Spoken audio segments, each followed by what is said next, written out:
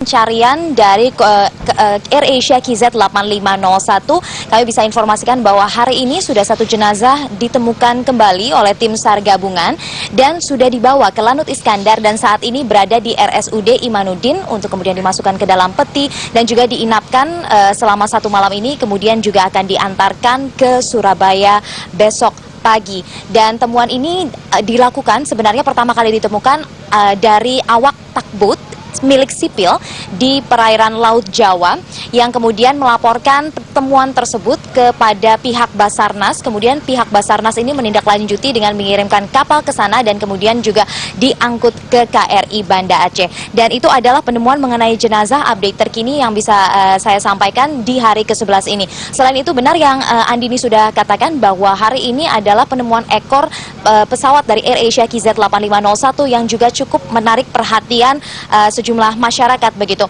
Dan memang ini juga ditindak laporan mengenai penemuan ekor AirAsia KZ 8501 ini juga ditanggapi langsung oleh Menteri Koordinator Kemaritiman Indroyono Susilo dan juga Menteri Perhubungan Ignatius Jonan yang hadir atau mengunjungi posko pencarian AirAsia KZ 8501 di Lanut Iskandar Pangkalan Bun ini.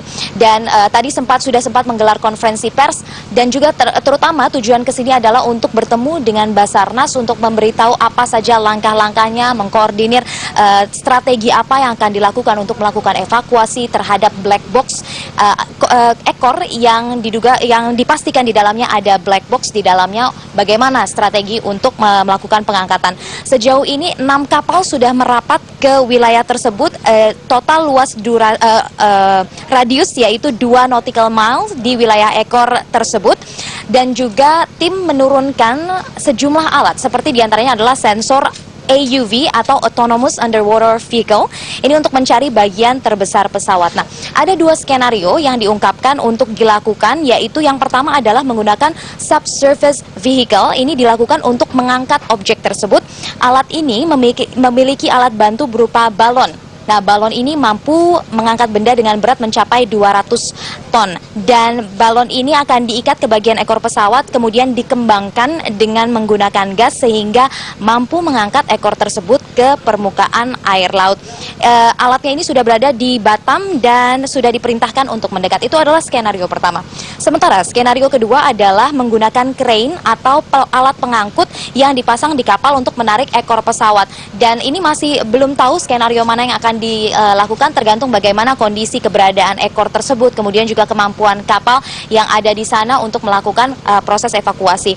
Dan ekspektasinya ini memang black box ditemukan semaksimal mungkin untuk kemudian dibaca, diinvestigasi di Indonesia. Meskipun black box sudah ditemukan, namun upaya pencarian terhadap jenazah dan juga serpihan-serpihan lain, terutama jenazah, masih akan terus dilakukan. Tidak ada batas waktu yang diungkapkan tadi, namun Menteri Perhubungan Ignatius Jonan menyatakan akan berusaha semaksimal mungkin untuk mengumpulkan atau menemukan jenazah-jenazah dari korban AirAsia KZ 8501 ini. Andini. Rika, tadi kita mengetahui ada 3 menteri yang ke sana termasuk Menteri Perhubungan Ignatius Jonan. Apakah ada keterangan dari Menteri Perhubungan terkait misalnya soal pembukuan rute AirAsia Surabaya Singapura, kemudian juga pengkajian ulang itu soal LCC, low cost carrier. Apakah dia menyinggung karena memang orang Ignatius Jonan seperti orang yang dicari-cari tapi tidak ingin berkata banyak gitu, terlebih soal pembukuan tersebut. Apakah ada sedikit yang disebutkan oleh Ignatius Jonan? Ya, tadi kami juga berupaya untuk meminta informasi. Awalnya tidak ada informasi yang dinyatakan oleh Menteri Perhubungan Ignatius Jonan, namun akhirnya ia memutuskan untuk menjabarkan secara kurang lebih cukup rinci apa alasan dibalik, misalnya salah satunya adalah mengenai penetapan tarif batas bawah yang sudah ditandatangani dan diumumkan, yaitu 40% dari tarif atas. Nah, sudah ada beberapa keterangan, namun Menteri Perhubungan menyatakan bahwa alasannya bukan ia tidak menyatakan bahwa standar keselamatan dari low cost carrier itu kemudian jadi lemah.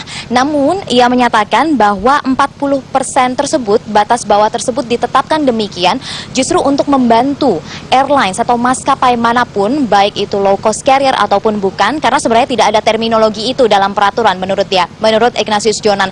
Dan ia menyatakan bahwa ini membantu semua maskapai untuk memiliki ruang keuangan yang cukup untuk kemudian melakukan maintenance, pelayanan, dan terutama mengutamakan safety.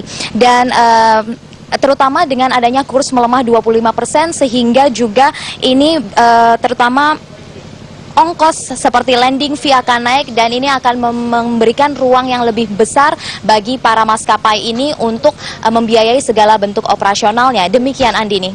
Kartika Oktaviana dari Pangkalan Bun, Kalimantan Tengah, terima kasih atas informasi terkini.